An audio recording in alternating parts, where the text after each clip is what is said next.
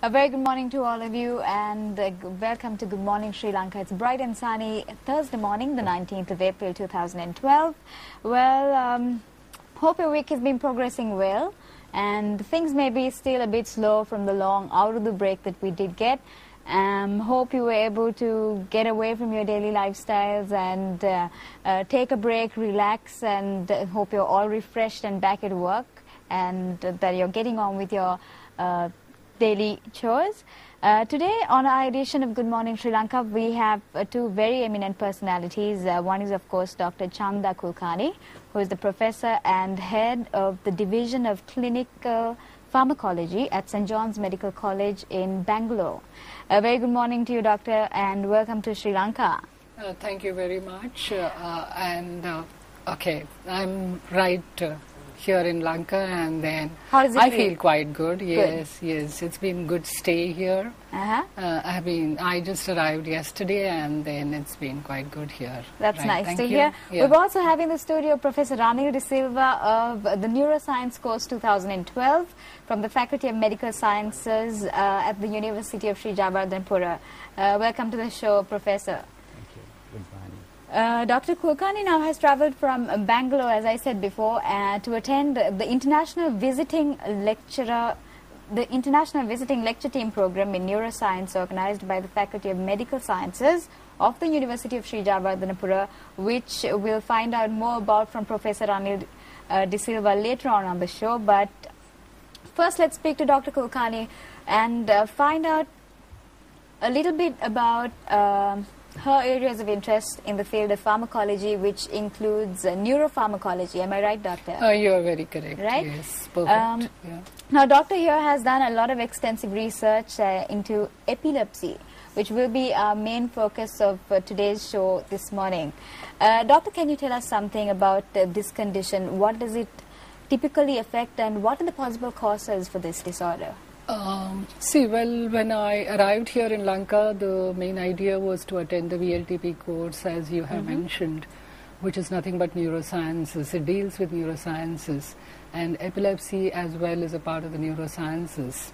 And by attending this course, I felt that, it would help me to kind of expand my research and look at, because I have studied my medicine some time ago, and I thought some basics would be revised with this kind of a course, and then I thought whether I could guide my students in the field of epilepsy.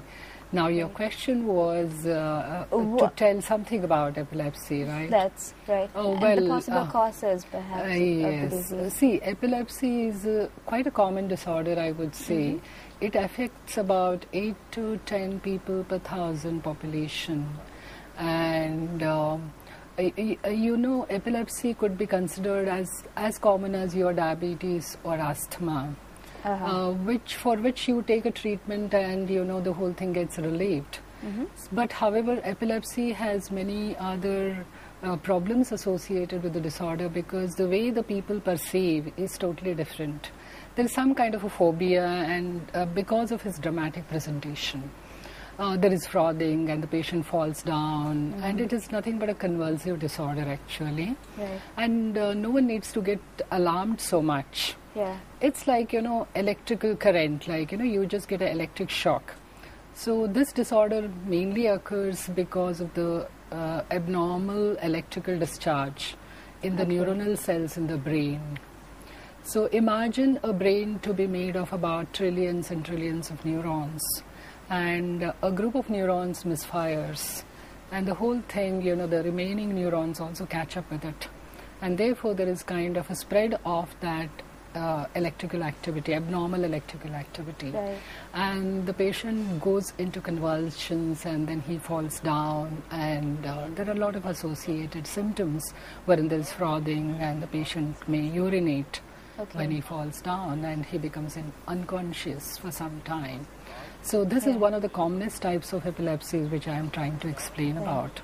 But then there are several other types of epilepsies as well, which may go kind of unnoticed at times. So the thing is very common, as I mentioned to you, and it is only the people who have to give a positive attitude to the whole problem, so that it can be easily kind of, identified right in the earlier stages. And probably once the treatment is started, and no one needs to get alarmed about it. So what you're saying, doctor, is that there doesn't have to be a phobia about this disorder because it is treatable. Absolutely. Yeah, there's no need to get panicky about it. Once the treatment is started in the earlier stages, it can be easily controlled. Although it can't be cured, but then symptoms can be controlled, and maybe the patient could be off the drugs after some time. Okay. So, doctor, also tell us, how far has neuroscience itself been able to understand this disorder, and how much research is going on behind the scenes into the study of this disorder, doctor? Right, yeah. See, well, as far as my experience goes, when you have to understand about a disease, you have to start your work right from the basics, like, so there are a lot of animal studies that can be done to kind of look at the newer molecules of the drugs which can be effective in epilepsy.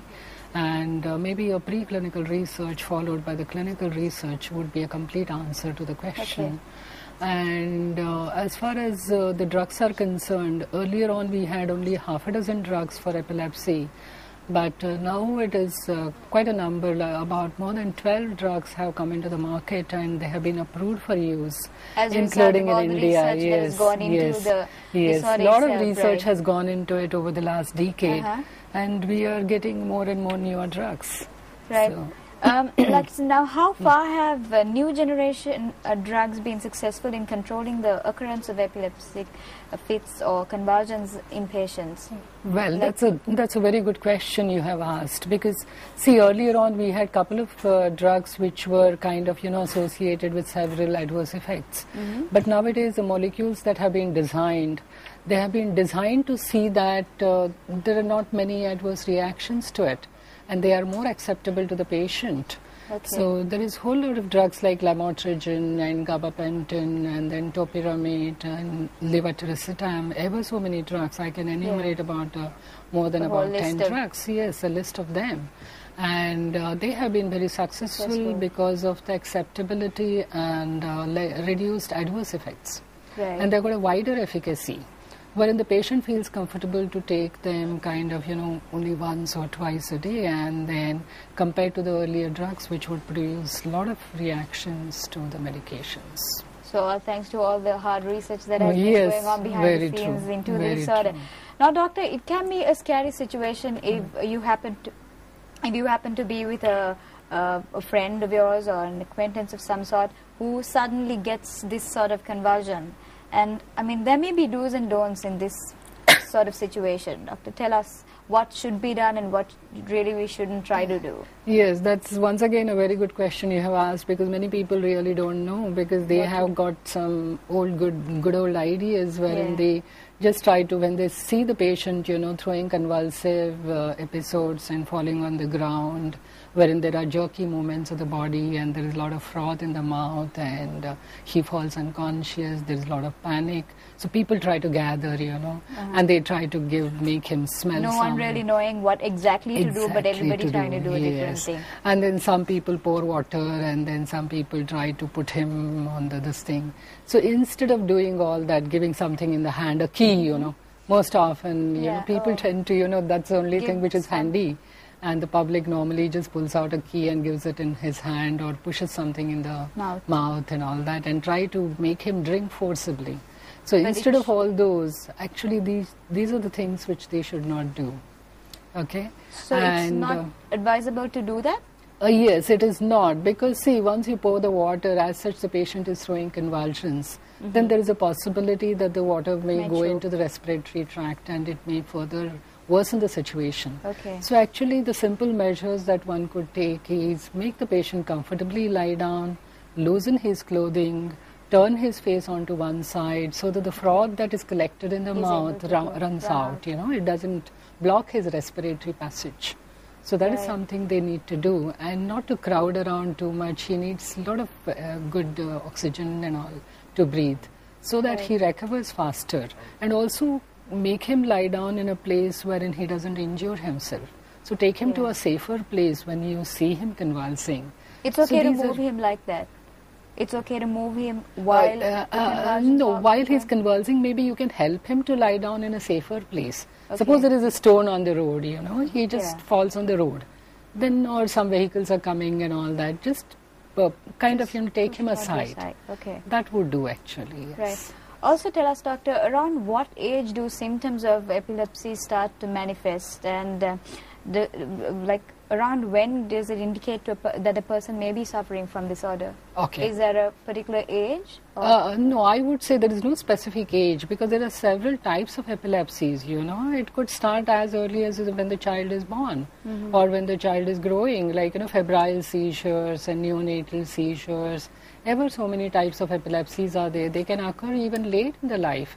Suppose there is a space-occupying lesion in the brain, you know, a tumor, then it might manifest later in the age as well. So,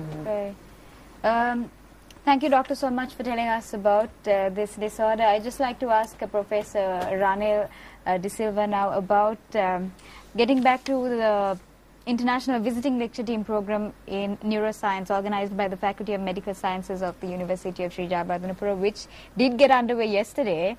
Tell us a bit about it, Professor, and I know a lot of top-notch people are gathering at this conference. Yeah, exactly. We are having it till the 25th of April, and there we are getting right across people from the top people who have worked on neuroscience.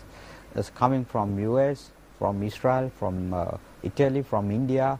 I mean, all these people are there, and people like Stanford, emeritus professor from Stanford, Colorado. So you could see there's, I mean, there are some of them are medical and some are not MBBS. So the point that I want to get across is, I mean, in this conference, it's open for both MBBS and people who does not have a possess MBBS, and we have even neurology trainees, MD neurology trainees, as well as computer science academics from the Katubelde campus. So right across there are no borders, and what we would like is to invite the people who are having an idea of doing brain research. Please join and send us an application, and even at this late stage, if you have something good, I mean, obviously, even we have 60, and that's our maximum we can go. 1 or 2 we can still offer if there are some people who are really want to go ahead with doing some good brain research and getting some support from this international team. It's a great opportunity, like you mentioned, because just as you mentioned, there are a whole host of people who are gathering in one point at one particular moment, where they can divide and share so much about the research, about the several brain disorders and diseases and research and all of that, isn't it? Yeah.